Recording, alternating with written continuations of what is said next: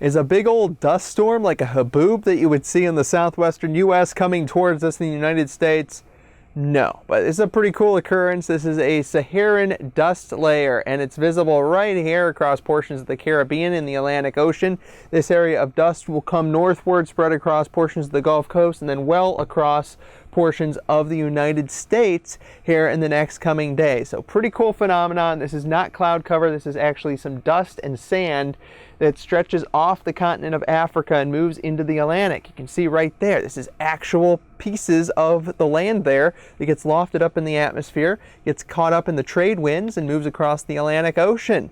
Very cool indeed. So what about this type of an occurrence? Well, it's common. It actually happens at least a few times a year, sometimes pretty minor, sometimes a lot more noticeable where you have a thicker layer of dust. But a few times this summer, it actually does a lot more harm than good. It really hurts a lot of tropical storm development. Those storms need a nice, warm, moist air, and that runs into very dry, dusty air. It also causes great sunsets, awesome optics in the atmosphere with that layer aloft.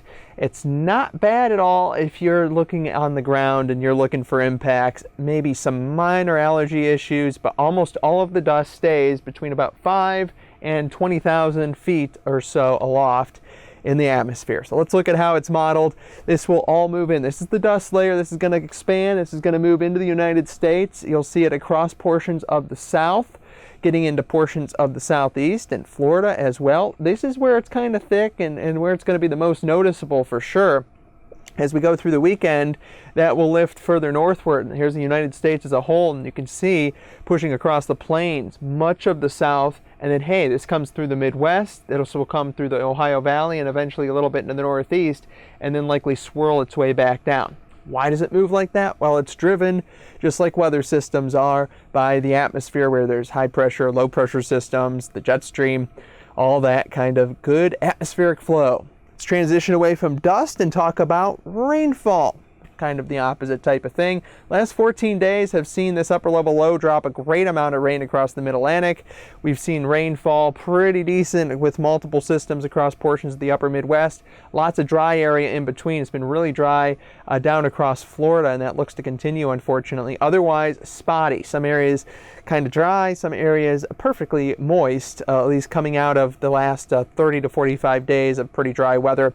We'll show you here. This is going to be the active system that's going to produce some very heavy rainfall along a cold front boundary. This will slide eastward across portions of the southeast. Otherwise, not really a ton going on across much of the middle portion of the country. Maybe just some hit and miss showers in a few spots if there's a little disturbance. Back here across the middle of the country and the Rocky Mountains as well. So overall, not really a too active picture on the weather maps. Again, just a few showers and thunderstorms bubbling up going into the in portion of the work week, and then expanding out of that. We will see more activity likely going into the weekend. There'll be a nice big push of heat that will expand, and that will push out some showers and thunderstorms.